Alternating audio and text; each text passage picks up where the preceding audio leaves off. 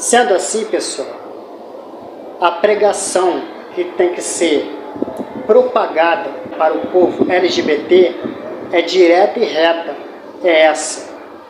Ninguém vê a obra de Cristo e a igreja, ninguém vê esse casal, Cristo e a igreja, em um casal LGBT.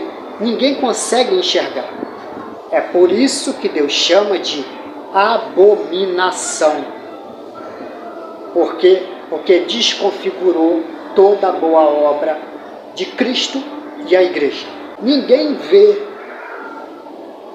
Pablo Vittar e fala assim: olha lá vai a noiva do Cordeiro. Ali está a noiva do Cordeiro, em Pablo Vittar. Eu olho para Pablo Vittar e eu enxergo a noiva do Cordeiro.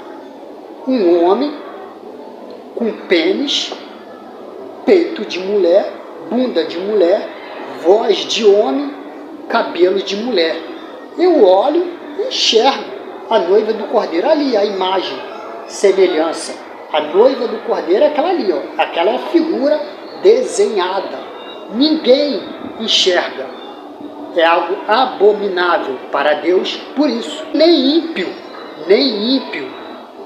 Você explicando dessa forma, o ímpio, tendo um mínimo de bom senso, nem o ímpio vai conseguir enxergar a igreja, a noiva do Cordeiro, quando olha um sujeito como Pablo Vittar. Ninguém olha e fala assim: Pablo Vittar está aqui. Esta é a imagem, a figura da igreja, a noiva do Cordeiro aqui, ó. Nasceu homem, tem um pênis, tem voz de homem, forçadamente, para se parecer com uma voz de mulher. Tem cabelo, um aplique, um cabelo de mulher. Tem peito, colocou peito de mulher, bunda de mulher, coxa de mulher, mas no meio das pernas tem um pênis e tem uma voz de homem, tem força de homem. É abominação ou não é? Gente, é claro que é, não vamos normalizar aquilo que é inormalizável. É inormalizável isso. Por isso que Deus chama de abominação. Não vamos tentar tapar o sol com a peneira. É visível assim, ó, é visível. Desconfigurou, ninguém enxerga mais. Cristo é a igreja, ninguém enxerga. Aí esse Pablo Vittar conhece um outro cara. Aí ele vai lá e casa com esse cara. Um homem, ele nasceu homem, ele tem um pênis, ele tem força de homem, ele tem voz de homem, mas ele coloca o pênis no meio das pernas, escondido.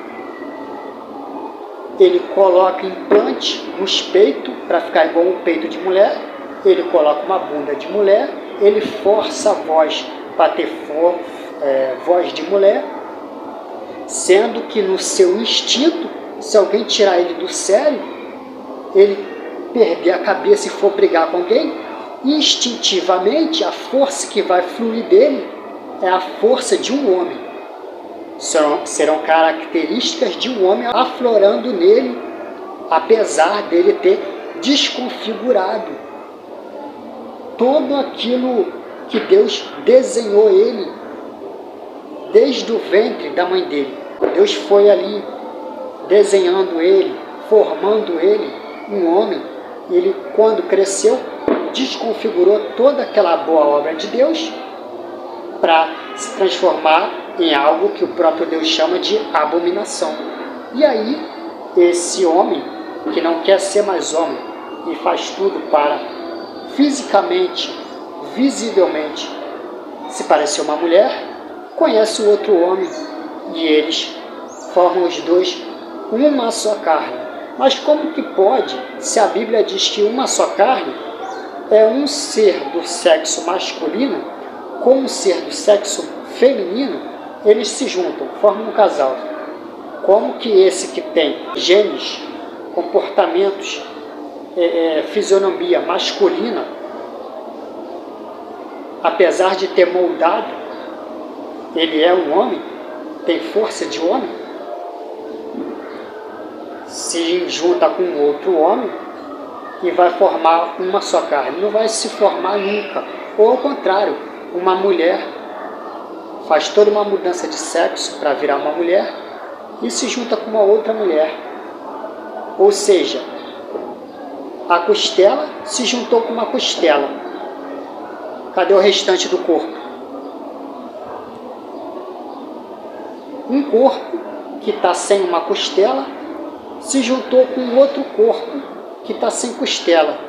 E se juntaram. Está faltando uma metade aí, está faltando uma parte do corpo, que é a costela.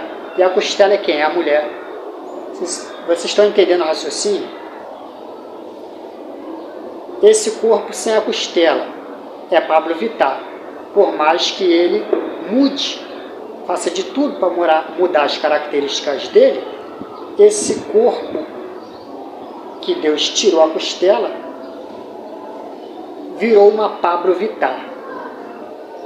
E este homem, que está sem a sua costela, se juntou com este outro homem que está sem costela. Ou seja, os dois estão faltando, estão com um pedaço faltando. Não formaram uma só carne.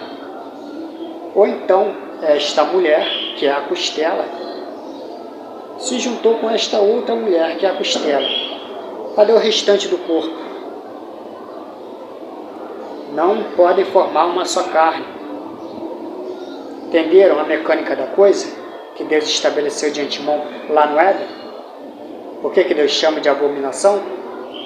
Eles nunca serão completos, biblicamente falando. Nunca serão, nunca serão.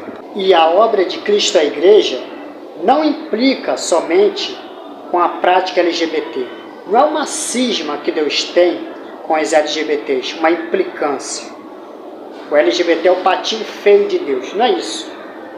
A obra de Cristo à Igreja também ela pode ser desconfigurada se, mesmo um casal hétero, um homem e uma mulher, houver traição, esse homem, esse casal hétero, esse homem trair a sua esposa, ou essa esposa trair o seu marido, já está desconfigurando a obra de Cristo à Igreja.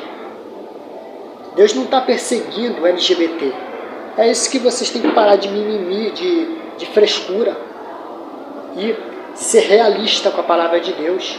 Porque vocês nunca vão poder se libertar do LGBT enquanto vocês ficarem ouvindo esse grupinho aí de falsos mestres que dizem ser entendedores da palavra de Deus e só pregam esse povinho que prega, diz pregar a palavra de Deus.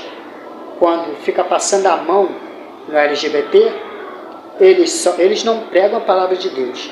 Eles pregam a vitimização entre o povo LGBT. É isso que eles pregam. Porque a obra de Cristo à Igreja, ela é muito mais profunda do que as pessoas podem imaginar. É muito mais profunda. Você tem que andar ali no linear daquilo que Deus instituiu como um casal. Aborda muitas coisas. Cada detalhe ali pode estar desconfigurando esse lindo casal que Deus desenhou lá no Éden, com Adão e Eva.